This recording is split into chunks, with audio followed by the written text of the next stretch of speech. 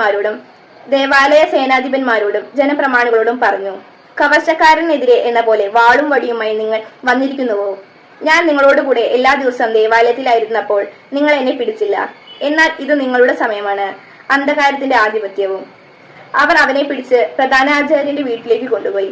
പത്രോസ് അകലെയായി അവനെ അനുഗമിച്ചിരുന്നു. അവർ നടുമുറ്റത്ത് തീ കൂട്ടി അതിനു ചുറ്റും ഇരുന്നപ്പോൾ പത്രോസും അവരോട് കൂടെയിരുന്നു. തീക്കരികെ ഇരുന്നത് കണ്ട് ഒരു പരിചാരിക സൂക്ഷിച്ചു നോക്കിയിട്ട് പറഞ്ഞു, ഇവനും അവനോട് കൂടെയായിരുന്നു. എന്നാൽ പത്രോസ് അത് നിഷേധിച്ച്, സ്ത്രീയെ, അവനെ ഞാൻ അറിയുകയില്ല എന്ന് പറഞ്ഞു. അല്പം കഴിഞ്ഞ് വേറൊരാൾ പത്രോസിനെ കണ്ടിട്ട് പറഞ്ഞു, നീയും അവരിൽ ഒരുവനാണ്. അപ്പോൾ അവൻ പറഞ്ഞു, മനുഷ്യ, ഞാനല്ല.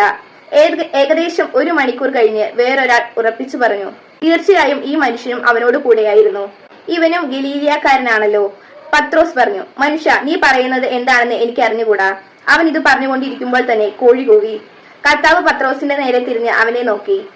ഇന്ന് കോഴി കൂവുന്നതിന് മുമ്പ് 3 പ്രാവശ്യം നീ എന്നെ നിഷേധിക്കുമെന്ന് കർത്താവ് പറഞ്ഞ വചനം അപ്പോൾ പത്രോസ് ഓർമ്മിച്ചു. അവൻ പുറത്തുപോയി മനംനൊന്ത് കരഞ്ഞു. യേശുവിന് കാവൽ നിന്നിരുന്നവർ അവനെ പരിഹസിക്കുകയും അടിക്കുകയും ചെയ്തു.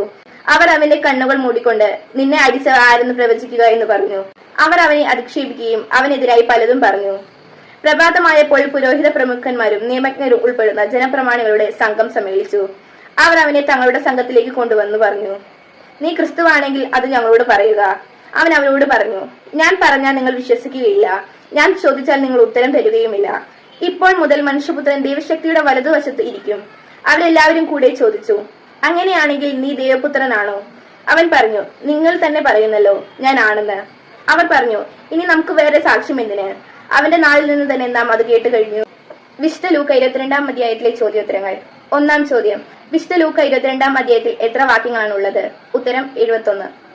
2-ാം ചോദ്യം, വിശുദ്ധ ലൂക്കായുടെ സുവിശേഷം 22-ാം അധ്യായത്തിൽ 1-ാമത്തെ ശീർഷകം എന്ത്?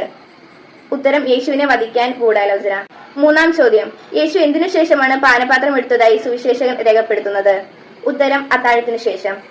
4-ാം ചോദ്യം, എന്തില്ലാത്തവൻ സ്വന്തം കുപ്പായം വിറ്റ് അത് വാങ്ങട്ടെ എന്നാണ് യേശു പറയുന്നത്? ഉത്തരം വാളില്ലാത്തവൻ.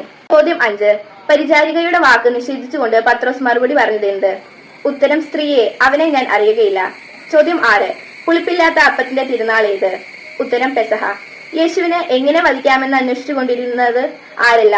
ഉത്തരം പുരോഹിതന്മാരും നിയമജ്ഞരും. ചോദ്യം 8, യേശുവിന്റെ ശിഷ്യന്മാരായ 12 പേരിൽ സ്കറിയോത്ത് എന്ന് വിളിക്കപ്പെടുന്നത് ആര്? ഉത്തരം യൂദാസ്.